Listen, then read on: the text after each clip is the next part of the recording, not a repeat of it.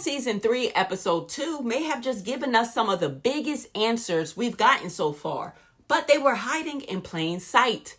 This episode wasn't just about Juliette slowly getting her memory back. It actually revealed how the algorithm controls people, where the memory suppression technology may have actually come from, and why the founders may have intentionally filled the silos with outdated technology. But what really changed my perspective was the parallel between Juliette and Charlotte.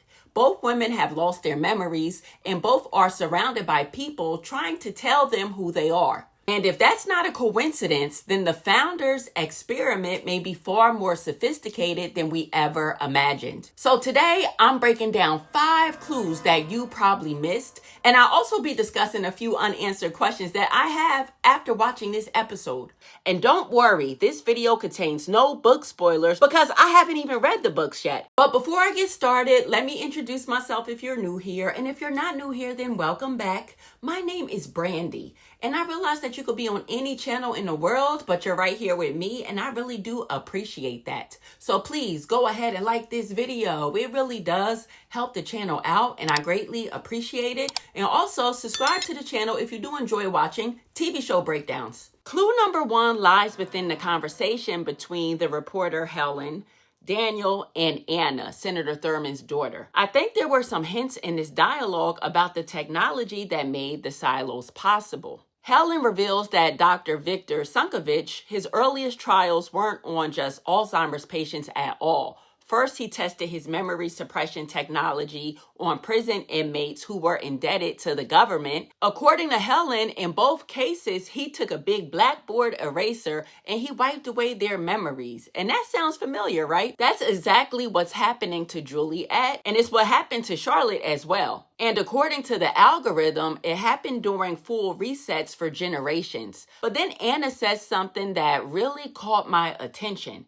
She tells Daniel that Dr. Victor lost his wife and his child in a car accident after he fell asleep at the wheel. And at first, that just sounds like a random piece of a tragic backstory. But I don't think it is. Because what if losing his family became Victor's motivation to study memory itself? Maybe the doctor had good intentions at first and he just wanted to ease people's pain. Maybe he wanted to help people move on from unbearable trauma. But somewhere along the way, the technology was repurposed into something much darker. Not to heal memories, but to control them. Notice the doctor never says Charlotte's memories are gone. He says it's like a drawbridge has been installed between herself and her memories. Now, here's where it gets really interesting because I want to speculate what the technology can possibly be. Now, some fans believe the black oily substance that entered Charlotte's F-35 was actually nanotechnology, which are microscopic machines capable of entering the brain and rewiring memories. And that's definitely possible.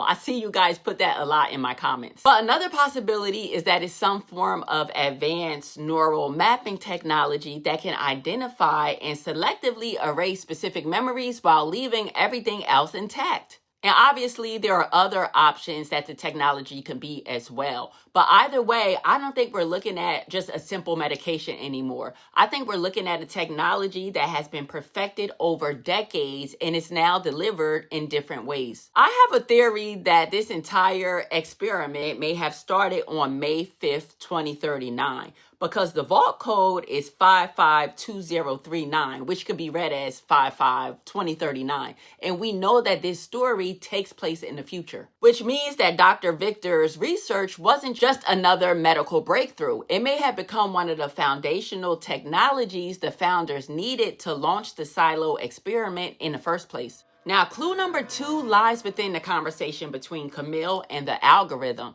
Now, this conversation had a ton of clues, actually, but one line completely changed how I look at the silo. The algorithm tells Camille that erasing Juliette's memories isn't enough. She also has to believe the new story she's being told.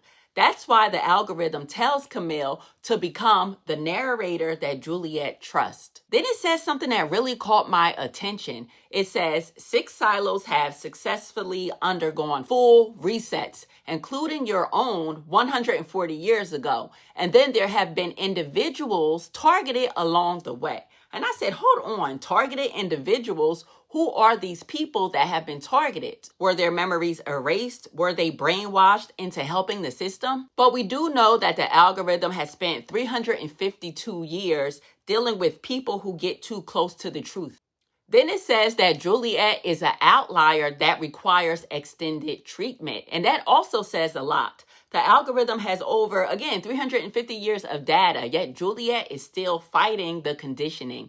Instead of wondering if the protocol is flawed, the algorithm just assumes that Juliette needs more treatment. So what if Juliette isn't the problem? What if the algorithm isn't as perfect as it thinks it is? Because if Juliette can resist conditioning, then she's something the system doesn't know how to handle. And according to the algorithm, history has a way of dealing with outliers. It targets them. Now here's where my mind went.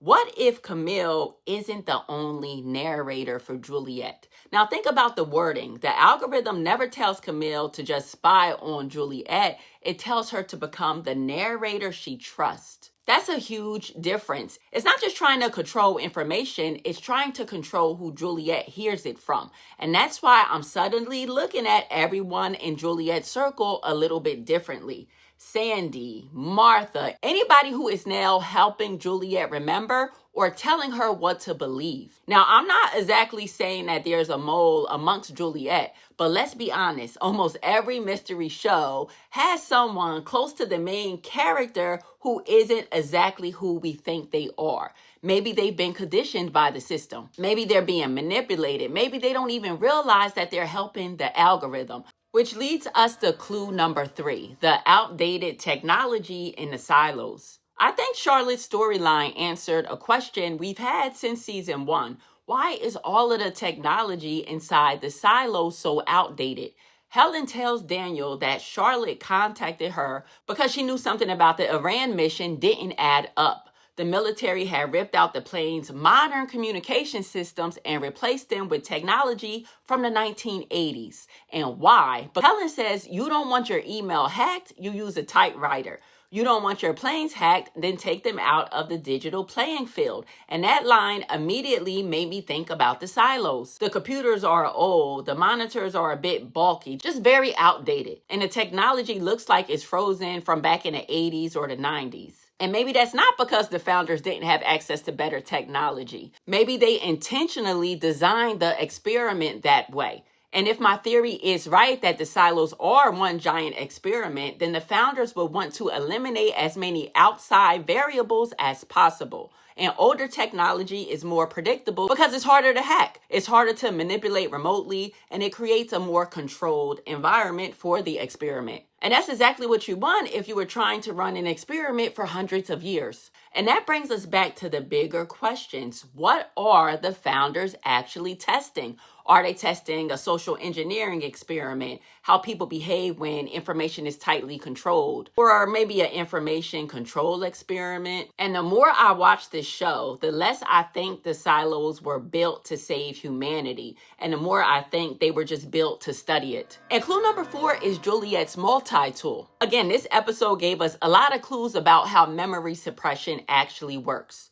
Dr. Sunkovich tells Daniel that familiar people, places, and objects can either help Charlotte recover her memories or help her rewrite her story. And that immediately made me think about Juliette. When Julie meets up with Martha, Martha doesn't use a lot of words to try to explain to Juliette her past. She tells Juliette to follow her gut, and she hands Juliette her old multi-tool. So again, we're seeing another object that can be used to trigger Juliette's memory. Then there's Evelyn. We see that Evelyn got the same tattoo as Juliette because she's so inspired, so impressed that Juliette was the only one to leave the silos and returns. Juliette is like a hero to so many people in the silo right now. And if you watch my episode 1 breakdown, you'll remember I pointed out Juliette's childhood toy as another possible memory trigger. So now we have Juliette's childhood toy. We have the badge too, the multi-tool, and the tattoo. And I don't think these are all just random objects.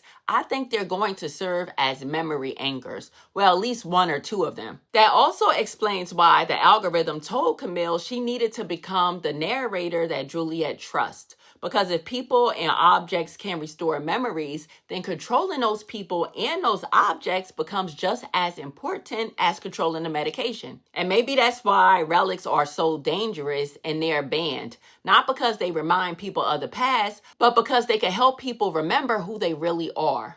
And clue number 5 is a pattern that I noticed with this show since season 1. And it may be a reach, but again, I am trying to find out what this experiment can possibly be testing. Has anyone else noticed that it's usually the women in this show driving the mystery, while many of the men are trying to preserve the status quo? This episode right here gave us another example. We see that Daniel, he learns his sister's memories have been erased. And while he's clearly upset, he accepts the explanation much faster than I expected. And then Helen, she shows up and she's doing the exact opposite. She's asking questions. She's challenging the official story and she's digging for answers. And back in the silo, Sheriff Paul, he catches Kathleen after she breaks into IT. And he even admits that he spent his whole life believing in something that might have been wrong. Yet he's still trying to stop her instead of helping her.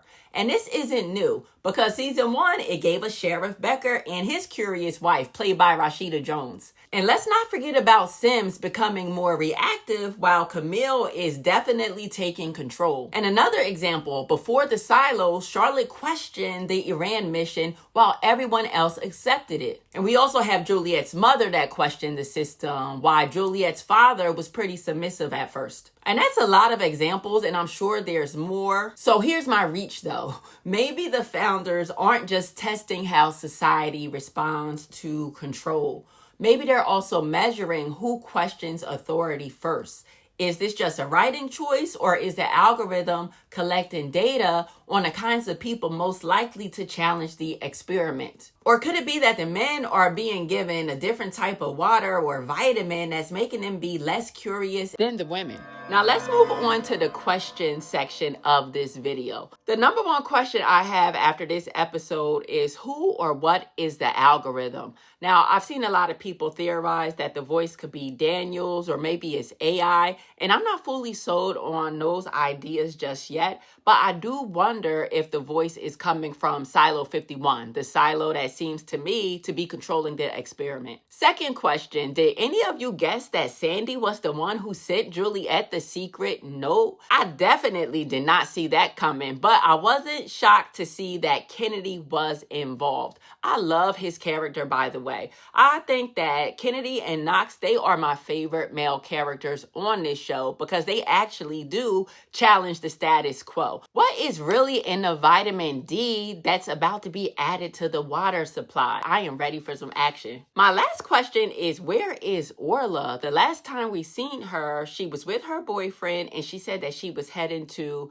construction to investigate. And also on the last episode, she told Juliette that a bunch of supplies were stolen, such as computers and light bulbs. So I'm just wondering, where is Orla? But nonetheless, guys, if you made it this far in the video, please do me a big favor and drop me down a red heart below. Let me know that you're still here. And if you are still here and you enjoyed this video, please don't forget to like it and hype it if you possibly can. And as always, let me know what clues that I might have missed from this episode, and let me know what theories you have. But you guys stay safe out there. Until I see you next time, peace.